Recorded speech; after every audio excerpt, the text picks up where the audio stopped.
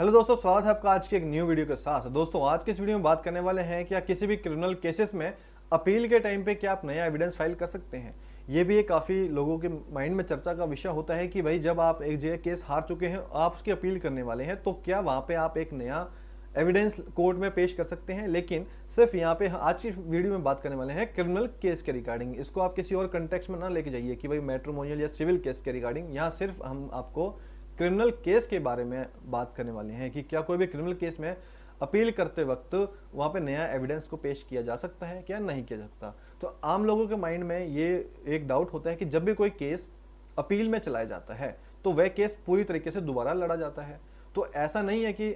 जब कोई जवाब या बयान या कोई भी सबूत, गवाही, स्टेटमेंट, क्रॉस एग्जामिनेशन या फिर कोई भी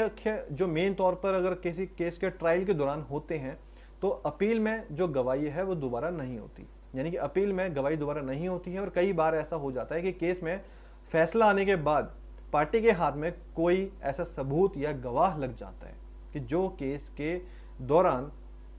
एक एडिशनल एविडेंस ला सकता है। तो इस वीडियो में आपसे शेयर करने वाले हैं कि कुछ इंपॉर्टेंट टिप्स, इंपॉर्टेंट धाराएं कि जिसकी हेल्प से आप एडिशनल एविडेंस को कोर्ट में प्रेजेंट कर सकते हैं। तो आपको, लेकिन यहाँ सिर्फ हम क्रिमिनल प्रोसीडिंग्स के बारे में बात करने वाले हैं, क्रिमिनल मामलों के, ये भी आपको ध्यान देना जरूरी है। तो सबसे पहले बात करते हैं सीआरपीसी के सेक्शन 391 की। यानी कि सेक्शन 391 सीआरपीसी में ये कहा गया है, इस धारा में दिया गया है कि किसी भी अपील पर विचार करने में अगर कोई अपील के टाइम या अपीलेट कोर्ट कोई एडिशनल एविडेंस लेके आती है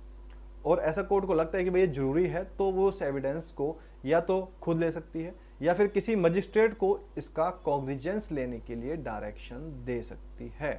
यानी कि जब कोई भी अपीलेट कोर्ट होगा, जैसे कि हाई कोर्ट है या फिर सेशन कोर्ट है, यानी कि जब हम मान लें कि हाई कोर्ट में अगर अपील कही है तो सेशन कोर्ट या मजिस्ट्रेट के द्वारा एडिशनल एविडेंस लिए जाने के लिए कोर्ट ऑर्डर कर सकता है। तो आपको सेक्शन 391 में एप्लीकेशन लगानी होगी फॉर प्लेसिंग ऑन रिकॉर्ड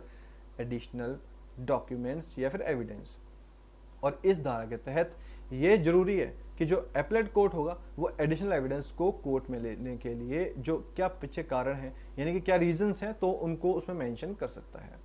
इस प्रोविजन के अंदर क्या होगा कि किसी भी पार्टी के द्वारा, चाहे फिर वो एक्यूज हो, आरोपी हो, या पुलिस हो या कंप्लेनेंट हो, अपील के टाइम पर नया एविडेंस लाने के लिए उसका इस्तेमाल कर सकते हैं। और इस पे जरूरी बात यह भी है कि अगर किसी भी अपील में आरोपी व्यक्ति के खिलाफ कोई एडिशनल एविडेंस ले लिए जाते हैं तो उस समय आरोपी व्यक्ति को, उसके वकील को वहां प्रेजेंट रहने का अधिकार होता है, तभी वो रिकॉर्ड पे लिए जाते हैं। सिर्फ अपने पार्टी खुद आके एडिशनल एविडेंस नहीं ली जा सकती। एक एप्लीकेशन फाइल करनी होगी फॉर प्लेसिंग ऑन रिकॉर्ड और उसके बाद एडिशनल एविडेंस को कोर्ट में लिया जा सकता है, लेकिन सिर्फ रेयरेस्ट ऑफ रेयर चांसेस में। और आपको कोर्ट को सेटिस्फाई करना होगा कि क्या रीजन है कि जिसके पीछे में आप इस स्टेज पर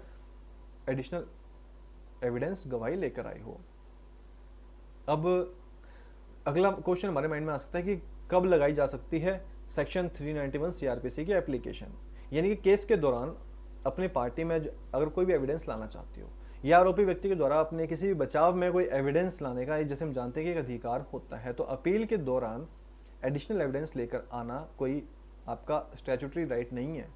ये अपील कोर्ट पर निर्भर करता है। ये जो अपीलेट कोर्ट होंगे जहां आप अपील कर रहे हैं, यानी कि अगर आप मजिस्ट्रेट की अपील सेशन कोर्ट में की है या फिर सेशन कोर्ट की अपील अपने हाई कोर्ट में की है, तो उस पर डिपेंड करता है अपीलेट कोर्ट पे कि वो एडिशनल एविडेंस को एक्सेप्ट करे या रिजेक्ट करे। ये अपीलेट कोर्ट पर डिपेंड करता है कि सिचुएशंस को देखते हैं कि एडिशनल एविडेंस को, एप्लीकेशन को वो अलाउ करे या डिसमिस कर दे।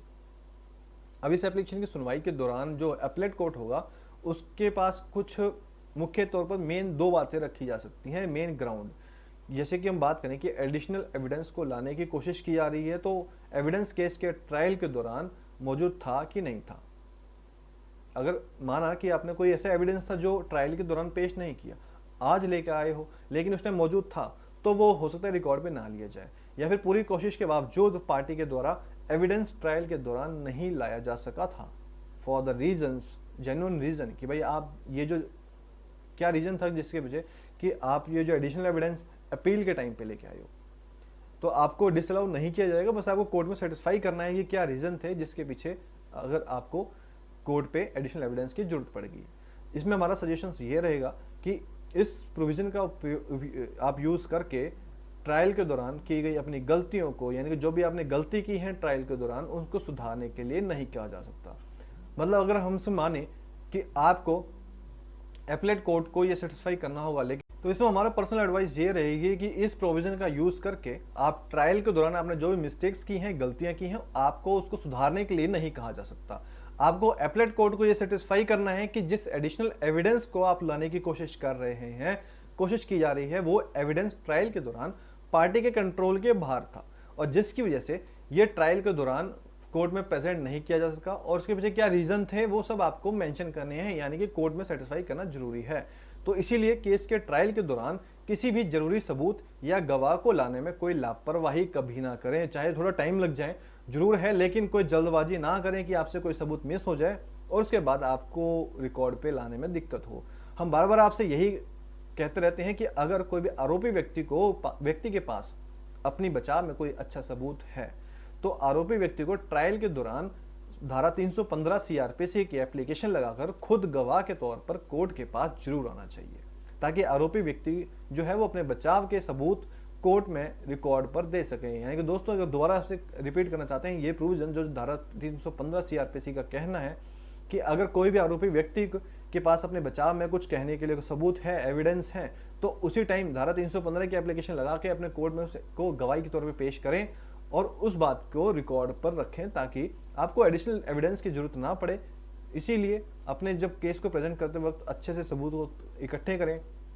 उसके बाद ही अपने कोर्ट में जवाब दें, क्योंकि आपको ये मौके बार बार नहीं मिलेंगे कि आपने अपनी गवाही भी बार बार नहीं करवा सकते हो, ना अपने रिकॉर्ड पर जब मन चाहे रिकॉर्ड प्लेस करते रहो, क्योंकि एक बार जो ट्रायल स्टार्ट होगा तो ट्रायल एंडिंग करके पूरा प्रोसीजर कंप्लीट हो चुका होगा। तो इसीलिए आपको हो सकता है कि बाद में नेक्स्ट टाइम कभी ऐसी कोई जरूरत पड़े कि एडिशनल एविडेंस को रिकॉर्ड पे लाने की, तो आप कर सकते हैं इस सेक्शन का यूज करके, प्रोविजन का यूज करके। तो दोस्तों मिलते हैं जल्दी तक दोस्तों आपको एक न्यू टॉपिक के साथ। जैसे कि हमने इस वीडियो में आपसे शेयर किया कि सेक्शन 391 सीआरपीसी में आप एडिशनल एविडेंस कब अपने एपलेट कोर्ट में पेश कर सकते हैं, बट आपको कोर्ट में सेटिस्फाई करना होगा कि आपके पास उचित सबूत मौजूद हैं और आप क्यों ये रिकॉर्ड सबूत जो है ट्रायल के दौरान कोर्ट में पेश नहीं कर पाए। मिलते हैं जल्दी दोस्तों आपको न्यू टॉपिक के साथ। Thanks for watching this video.